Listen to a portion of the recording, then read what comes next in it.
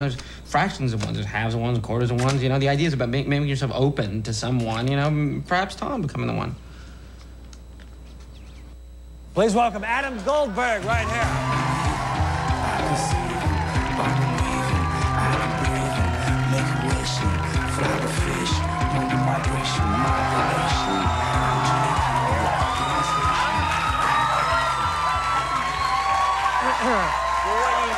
They made you jump a little bit. They did. I got a little startled. Well, I was looking forward to that Vin Diesel standing ovation, but I watched that. Yeah. Yeah, it's making a lot of money. Didn't you hear what he said? No, that's okay. I don't want them to. Yeah, it's doing well. Do you know Vin? Well, yeah, Vin and I did a film together, Saving Private Ryan. Oh, that's the movie that everybody, of course, remembers you from. And it gets, now you can do these indie movies like this all over the guy. Exactly, right? and I feel so bad that I didn't make any money and wore all my own clothes in it.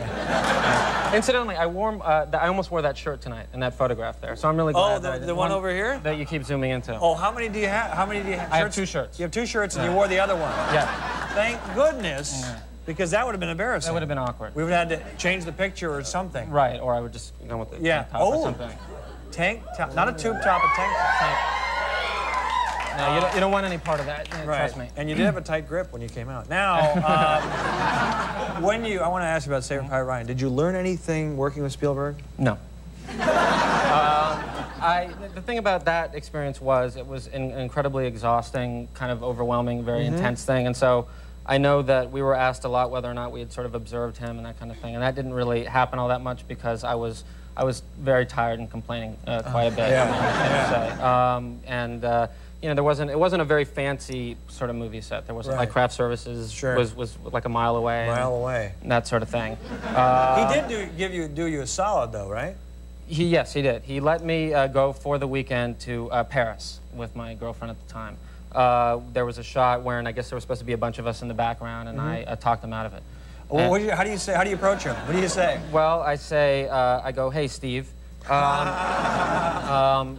you think that maybe you could just, you know, I don't know, shoot around me and let me go to Paris for the weekend? And he said, okay, it was fine. The truth of the matter is, I think it was a reverse shot that we weren't supposed to be in, and he was maybe positioning himself as he is a nice guy, but positioning himself as a nice guy so that, you know, we could talk about it a couple of years later on a talk show.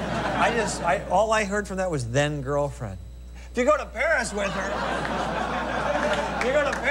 her, Well, what he didn't realize was that that was the end of us, and and that was just, you know, because we had to take the train together, and that was too much time. Too much time talking. Yeah, too much time talking. Right.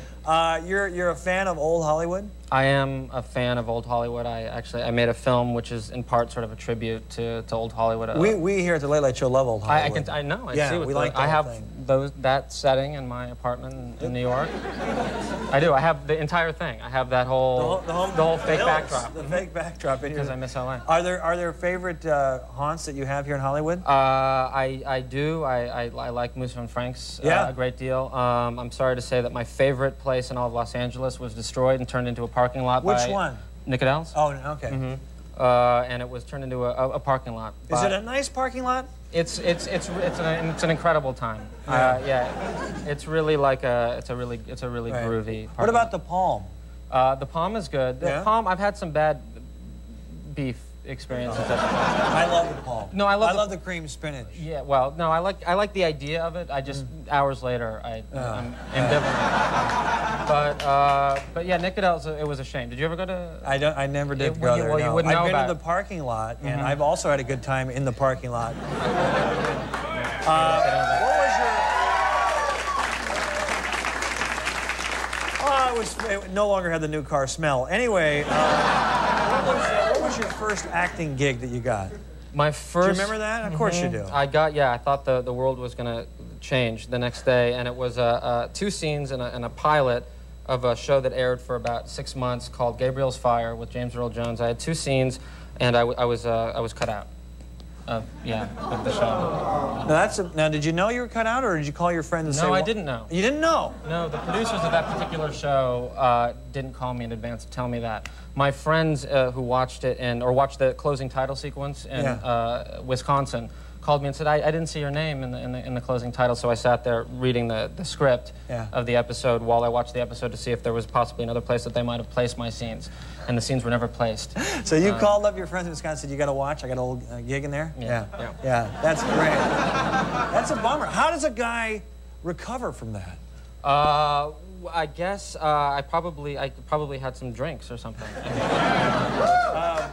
Oh, by the way, how's your rock band? My rock band is, it's fine. Yeah? It's great. I mean, you know. Now, there are some actors. Let's see, who are the actors that have well, the there's music? Keanu Reeves. Who's, right. Is his good? I couldn't tell you. Okay. Is yours as good? You don't know if yours is good as Room. I would venture to guess that mine's better, but I mean, I haven't.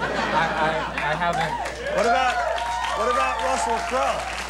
Russell Crowe has a band. He does have a band. He's a very talented musician. I saw a big documentary uncut thing that he put together about the tour that they did. Yeah. But yeah, we're very popular in New York on between like Bowery and Lafayette, off of 4th Street. That's sort of our milieu.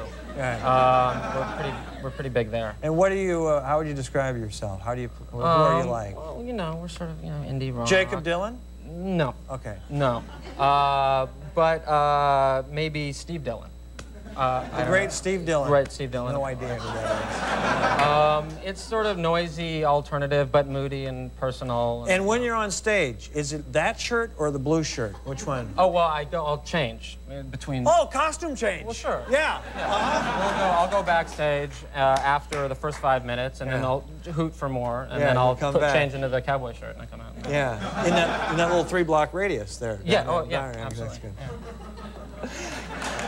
We're out of time. That was good. Nice to meet you. Pleasure. Adam Goldberg.